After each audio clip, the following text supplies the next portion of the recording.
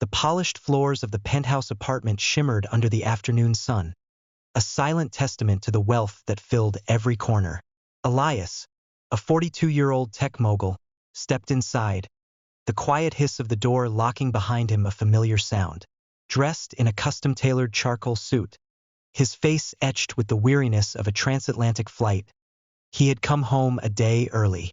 His meetings in Tokyo had wrapped unexpectedly, and instead of staying for the planned dinner with investors, he had impulsively booked the first flight back.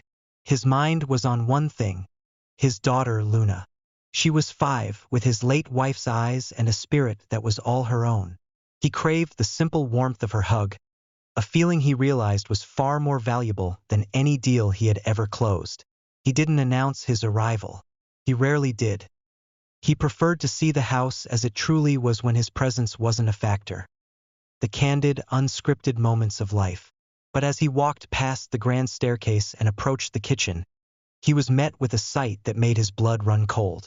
There, in the middle of the kitchen island, stood a woman he barely recognized.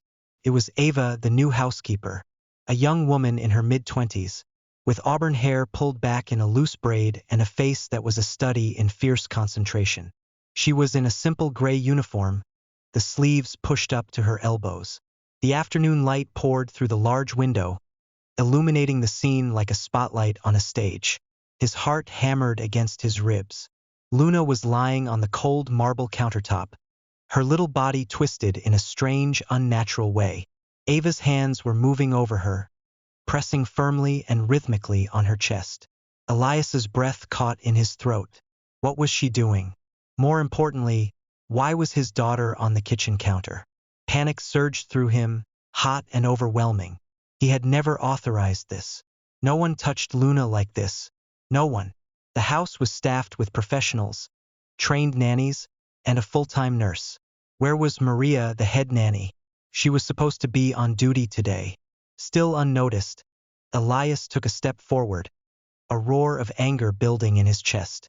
But a strange stillness held him back. He saw Luna's small face, a pale mask of distress, but he also saw something else. He saw the focus in Ava's eyes, the complete and total absence of fear. She wasn't just touching his daughter. She was fighting for her. He watched as Ava leaned down, her ear to Luna's mouth, before beginning the rhythmic presses again. She was whispering, a low, urgent murmur that he couldn't quite make out. It was a tune, a quiet, steady rhythm. The same lullaby his late wife used to sing to Luna. A melody he hadn't heard in years, too painful to play. A memory flashed through his mind.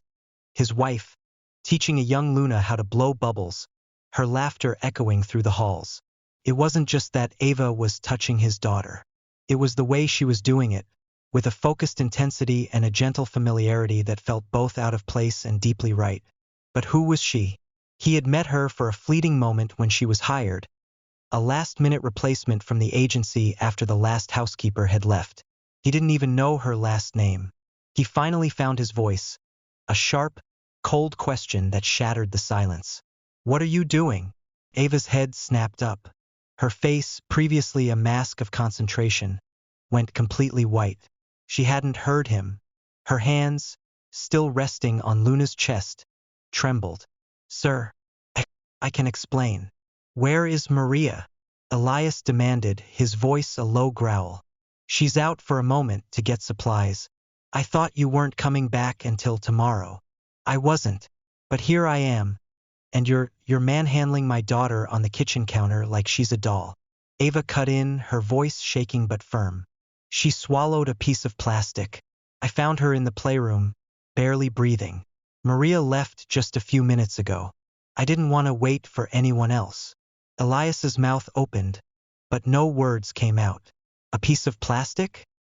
He glanced at Luna, who was now stirring, a small, weak cough escaping her lips. Ava gently turned her on her side, and a tiny, jagged piece of blue plastic fell onto the countertop. No signs of distress now, no struggle, just a quiet, fragile calm. Still, the rage and confusion churned inside him. I pay for the best care, he said, his voice dropping to a dangerous whisper. I have nurses on call. You're a housekeeper. You clean and you organize. You don't perform medical procedures on my daughter."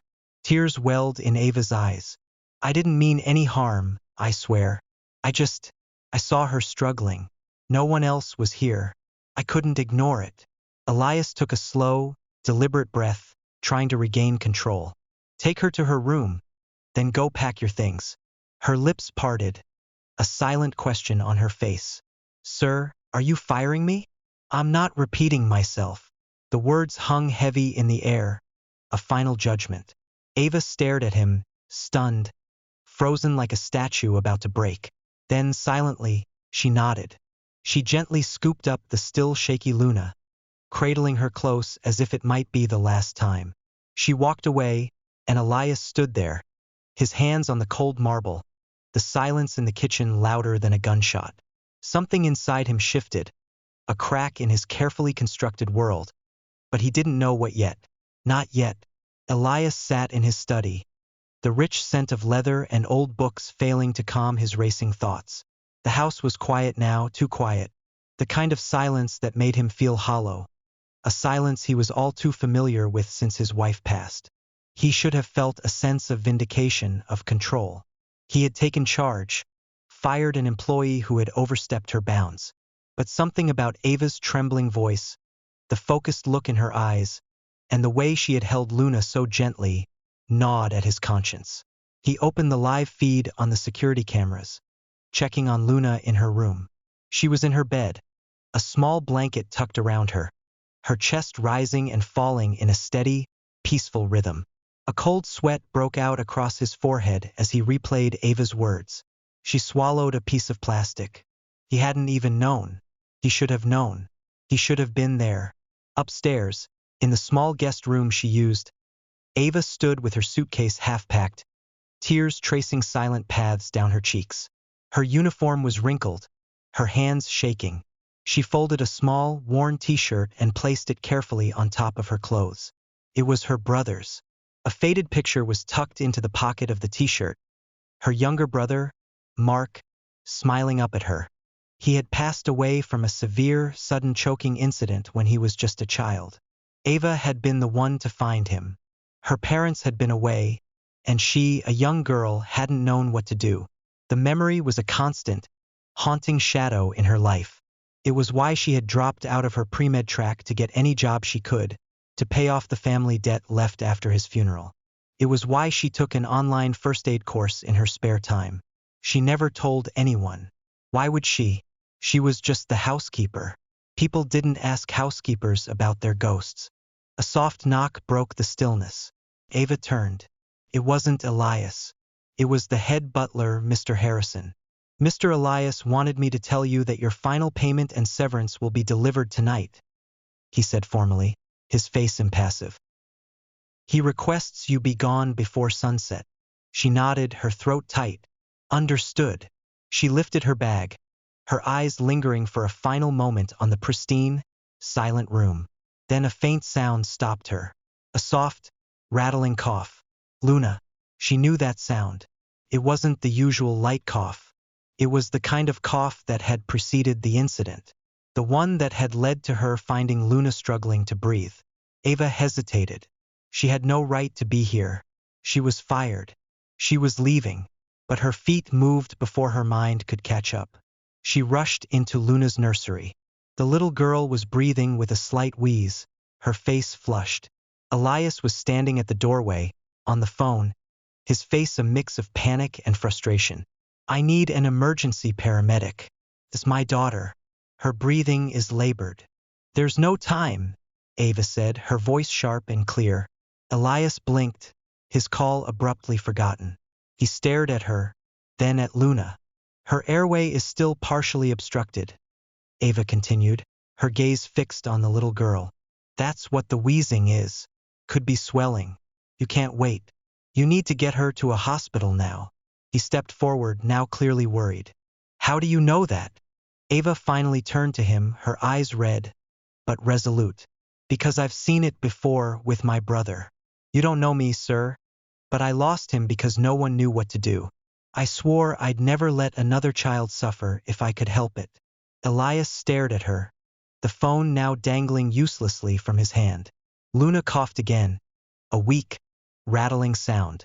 Without another word, he picked up his daughter and handed her gently to Ava. "What do we do?" he whispered, his voice stripped of all its previous anger. "I need to open her airway," Ava said, already moving towards the floor, laying Luna down. "You have to drive to the hospital right now. I'll keep her stable in the car." Elias didn't hesitate. He rushed them both to the car, and Ava, in the back seat, kept Luna's head tilted, her breathing steady, her mind completely focused. At the hospital, doctors confirmed that a tiny, unseen shard of the plastic had lodged in Luna's throat, causing inflammation and restricting her breathing. Ava's quick actions had prevented a much more severe and potentially fatal outcome. Elias didn't speak for a long while. He simply watched Ava sit beside Luna's hospital bed, holding her small hand, whispering softly to her. After the doctors left, Elias returned to the room. Ava stood up to leave, assuming her moment of redemption was over. But Elias stopped her with a single sentence. "Don't go." She turned, stunned. "I'm sorry," he added, his voice softer this time, filled with a raw sincerity she hadn't heard before. "I judged you without asking, without knowing. I was scared. But you saved my daughter." Ava's eyes brimmed with fresh tears. He took a deep breath. "Maria is retiring soon. I need someone I can trust. Someone who cares not just for a paycheck, but for Luna. Someone who is always prepared." She looked at him, confused. "You mean as a head nanny?" "No," he said, shaking his head. "Not as an employee. Not anymore. I want you to be a part of her life. And if you want, I'll sponsor you to finish your medical degree. You have a gift for it." Ava's lips parted, speechless. Elias smiled gently, a genuine warm smile that reached his eyes for the first time in years. "I've seen how Luna looks at you. You're already her guardian angel." Her voice cracked. "I don't know what to say." He shrugged. "Then don't. Just say you'll stay." Ava clutched the edge of the hospital bed and finally nodded, the tears now flowing freely. From that day forward, the dynamic in the house changed completely. Ava wasn't just a housekeeper. She became a constant, loving presence in Luna's world. She finished her medical degree with Elias cheering her on at her graduation. Luna grew healthier, happier, and always reached for Ava before anyone else. And Elias, he grew too, as a father, as a man. In Ava's quiet strength, he found a second chance at a family, a second chance at life. In time, he found more than just a caregiver for his daughter. He found a partner for himself. If you enjoyed this story, be sure to give it a thumbs up and hit that subscribe button for more emotional, dramatic, and unexpected tales. And let us know in the comments, where in the world are you watching from? We love hearing from all of you. Until next time, stay kind, stay curious, and keep watching.